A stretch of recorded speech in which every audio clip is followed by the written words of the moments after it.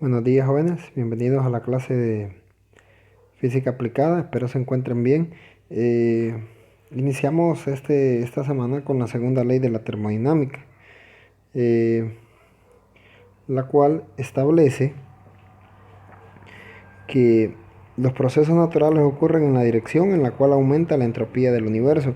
Cuando hablamos de entropía del universo nos referimos a aquella magnitud física de energía que no produce trabajo. Esa es la entropía del universo. Y la segunda ley de la termodinámica expresa que el calor fluye espontáneamente solo de un cuerpo caliente a un cuerpo frío. ¿Qué significa eso? Que cuando dos cuerpos entran en contacto, si uno está caliente y el otro está frío, entonces lo que ocurre es una transferencia de calor del cuerpo caliente al cuerpo frío, lo que ocasiona que el cuerpo frío aumente la temperatura y por ende cuando alcanzan en el equilibrio, ahí deja de haber transferencia de calor. El equilibrio es cuando los dos cuerpos llegan a la misma temperatura. Luego tenemos lo que es la máquina de Carnot, que fue creada por el ingeniero francés Sadi Carnot, y quien describe que una máquina teórica es fundamental desde el punto de vista práctico y desde el punto de vista teórico. Cuando hablamos del punto de vista práctico es que las eficiencias de las máquinas desde el punto de vista práctico no es lo mismo con la eficiencia de las máquinas desde el punto de vista teórico, porque muchas veces nosotros tenemos máquinas que decimos que pueden ser 100% eficientes y de repente solo tienen un 40 o un 50% de eficiencia.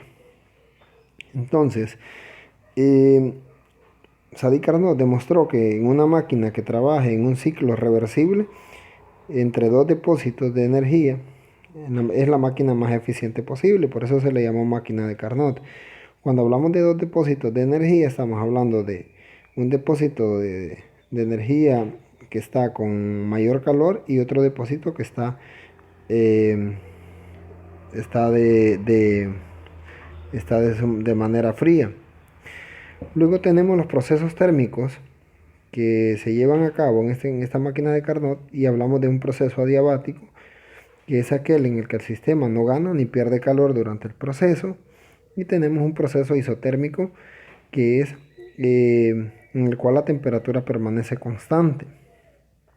Ahora, esto básicamente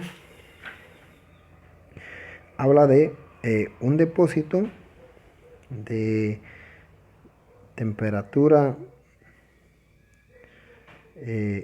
la llamamos temperatura N, que es la temperatura caliente, y un depósito de temperatura C, que es lo que llamamos temperatura fría. Luego tenemos un embolo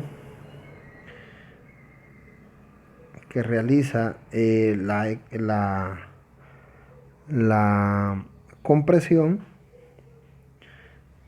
Aquí se realiza la compresión y aquí se realiza la expansión.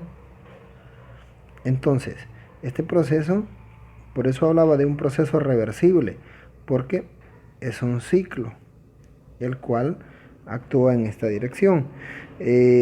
Los gases se van a estar expandiendo en este punto y se van a estar comprimiendo en este punto. Pero siempre vamos a tener este depósito caliente acá y este depósito frío en esta. Entonces, ¿qué va a pasar? Como se va a estar repitiendo el ciclo, entonces siempre vamos a tener una temperatura constante y una expansión y compresión de los gases. Ahora tenemos un ejemplo. Tenemos el ejemplo de la fórmula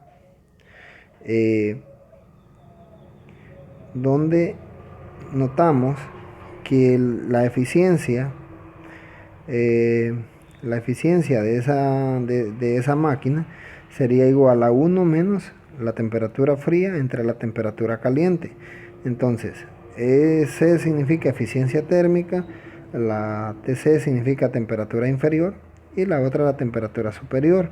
Por lo tanto, todas las máquinas reales son menos eficientes que una máquina de Carnot porque no operan en un ciclo reversible debido a las pérdidas por fricción o pérdida de energía por conducción. Siempre en un proceso térmico siempre hay pérdida de energía.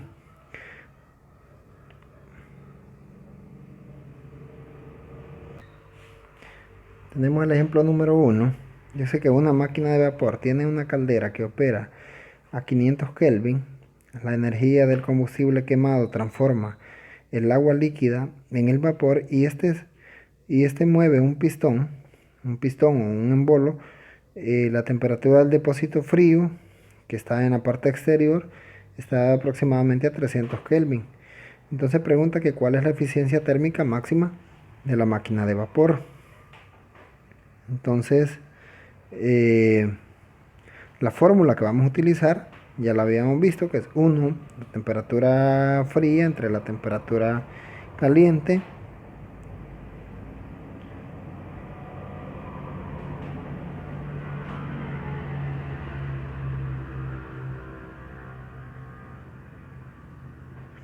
y tenemos los datos que necesitamos calcular: la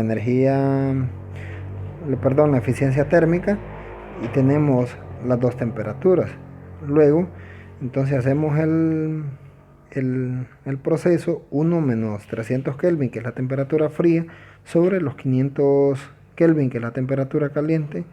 En ese caso, se cancelan los Kelvin, tenemos que 300 entre 500 es 0.6, hacemos la resta y nos da 0.4. Obviamente nos da un decimal. ¿Qué debemos hacer para pasarlo a porcentaje? Lo multiplicamos por 100 y nos da que la eficiencia de esa máquina es un 40%.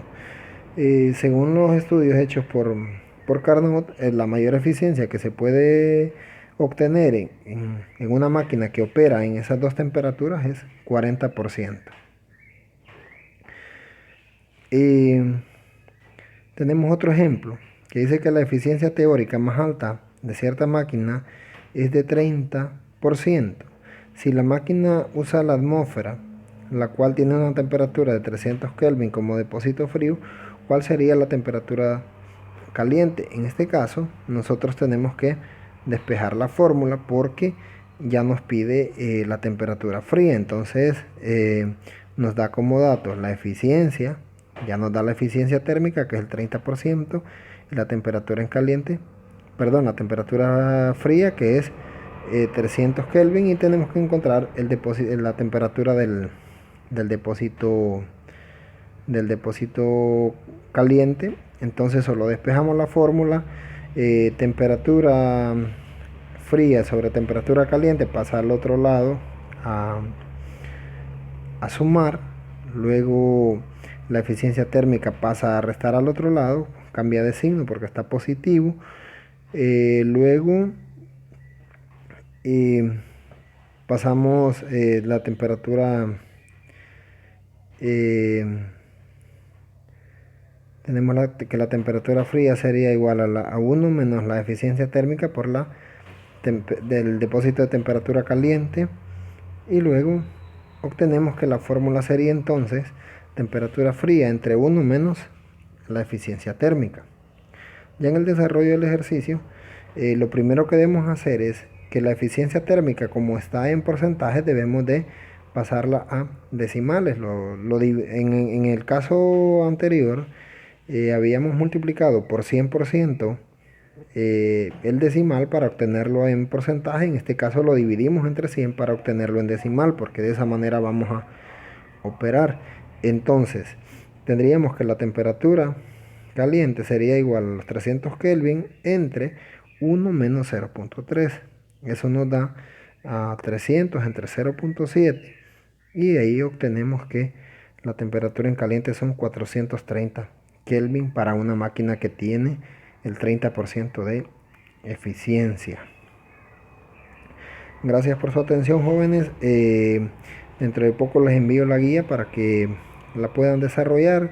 Si ustedes se fijan, estos ejercicios están sencillos, están fáciles, traten de trabajarlos y recuerden que es importante que envíen su nombre para control de asistencia, pero que también es necesario que ustedes presenten sus tareas. Que tengan buen día, joven.